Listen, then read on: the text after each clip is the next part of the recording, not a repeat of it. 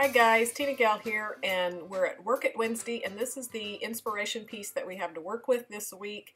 And the bird is the one thing that I really picked out on this mood board that I wanted to feature, and so I have a little bird on my layout, as well as some of the circles that were at the bottom right corner, and kind of the nature theme just a little bit. But other than that, the colors and everything you'll see are very different from the mood board. And that's the great thing about using an inspiration piece. You can pick whatever pieces that speak to you and just take inspiration from that. And it doesn't have to be the entire board.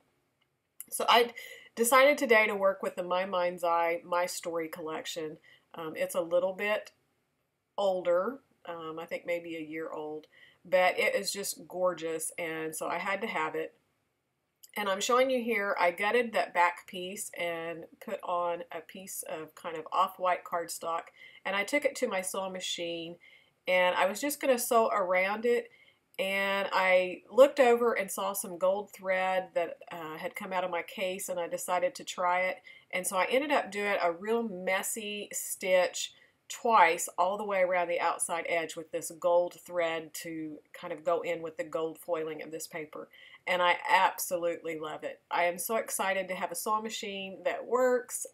If my sister is watching, which I know she watches sometimes, thank you so much for this sewing machine. I have used it on every layout since she brought it, so I am just tickled pink with it. It does some zigzag stitches and different things, and it just, you know, the most important thing is it works, which mine didn't. So I'm really having a lot of fun with it.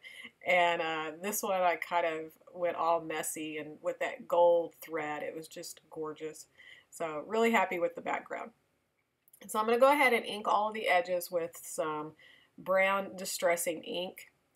And for this layout, I just have one photo, and this layout, I kind of started with the title, and it has a really funny story behind it, and if I have time I might try to tell you when it gets kind of repetitive. But first off, how I did the layout. So I started with my title, and then I went looking for this photo. So I have this one photo of my daughter and myself when we were leaving her to start her internship.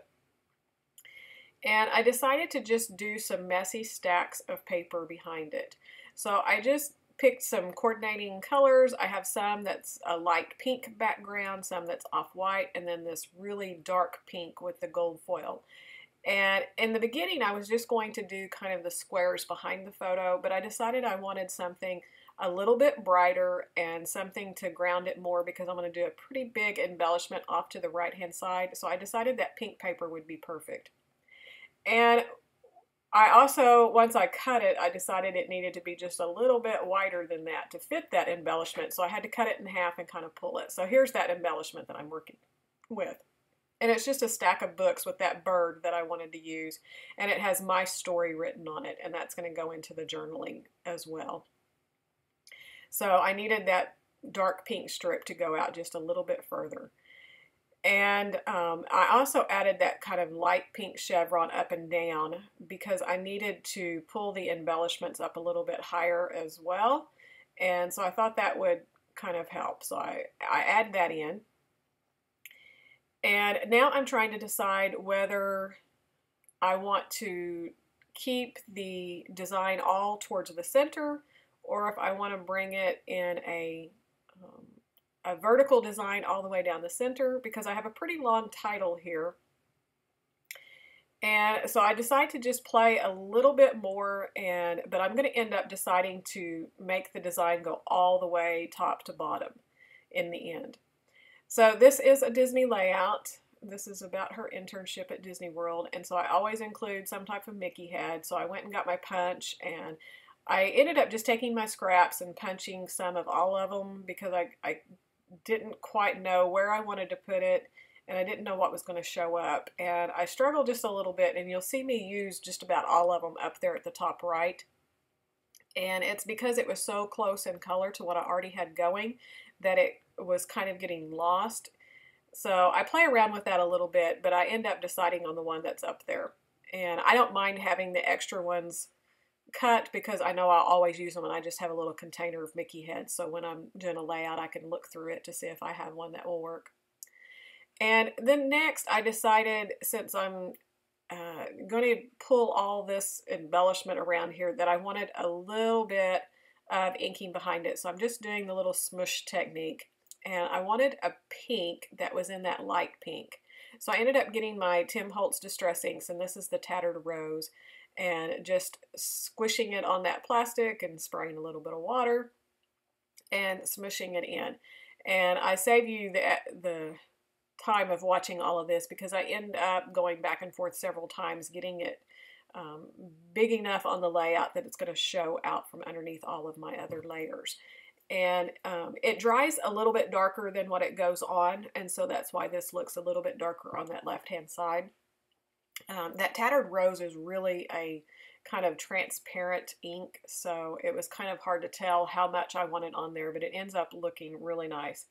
And then I decided I wanted some gold little splatters, and so I took the Heidi Swapp Color Shine in the gold and just sprinkled some dots in around those pink areas.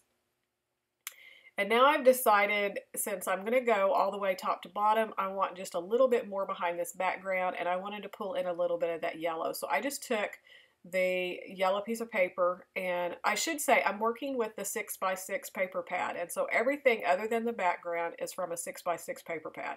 So all of the scale is kind of smaller, and like I said, that yellow sheet is just a full 6x6, and if you watch my videos, you know I love the 6x6 pads, and this is one reason. You can do an entire layout, have all the different patterns in the collection to work with, and even though the background's quite busy, it works because of the scale of the design on the paper and stuff is so much smaller. And I have to apologize, I'm having trouble. It's really early in the morning. Since my son is back, it's been really hard to get into the scheduling. I don't have the every single day open to do whatever I want to do, so I have to kind of plan around. So I'm up early before work to try to get this done. Okay, so where are we? Okay, so I went to the chipboard embellishment sheets and just started pulling out, and I knew I wanted to use that flower. I wanted a little bit more gold because I have the gold in the books, so I wanted to repeat that around the page, and so I found that gold heart for the top, and then there you see me fussing with the Mickey head, but that's the one that I'm going to end up using. And then I found the gold butterfly, and so I'm going to use it off to the other side to embellish it. And then since I've decided to go all the way from top to bottom with the design, I pulled out this gold foiled arrow that's going to go up underneath my title. And my title is just from some chipboard thickers that I had in my stash. They're really, really old. And then the small alphabet is from the Fancy Pants True Friends alphabet sheet. And so the title is going to end up being Who Abandoned Who? So this photo, like I said, is of my daughter when we took her, and this was when we were leaving well, actually we were leaving her. She was going back to her apartment, and then we were going to fly out early the next morning, so we were saying our goodbyes, and we had snapped this photo. And then we went back in a month to visit her, and she sat and told us that we had just taken her down there and abandoned her. We just dropped her off and left her. And it was so funny because, you know, we didn't. We love her. But it's just a part of growing up, a part of the struggle of her being kind of an introvert. And she's very shy, and just the transformation that she's made while she's down there. But we just thought it was hysterical that that's the way she was viewing it. And so I just had to do a layout about that because, just like the journaling says, I'm really not sure who abandoned who, because now I'm not sure we're going to get her back. But yeah, she was halfway joking too. But you know, it's just funny how kids, when they start growing up, and kind of how they view things. But like I said, it was said it jokingly, but you knew that she kind of felt that way, that she had just been abandoned by her family. But anyways, so I'm just finishing off the layout. I have my enamel dots, and I pulled out several different enamel dots. I had some in pink and and some yellow, and I had some little gold ones, but I ended up with these brown pearls. And I thought they were really pretty, and it just brought out the brown that's in the patterned paper as well as that part in my title. And so I'm just going to scatter those around, and I end up having kind of a hard time because the big ones are pretty big, and I was wanting 3 in each little cluster area, and this one over here by the butterfly was really hard for me to figure out, and in the end I ended up making another little hidden Mickey with my enamel dots, which is something else that I enjoy doing, and I really like that because it just looks like part of the butterfly, but yet there's that hidden Mickey. And then to finish off that top part, because I want that design to go all the way to the top, I have this heart banner, and I'm just going to have it where it looks like it's hanging from the stitching that I did. And that's going to complete this layout.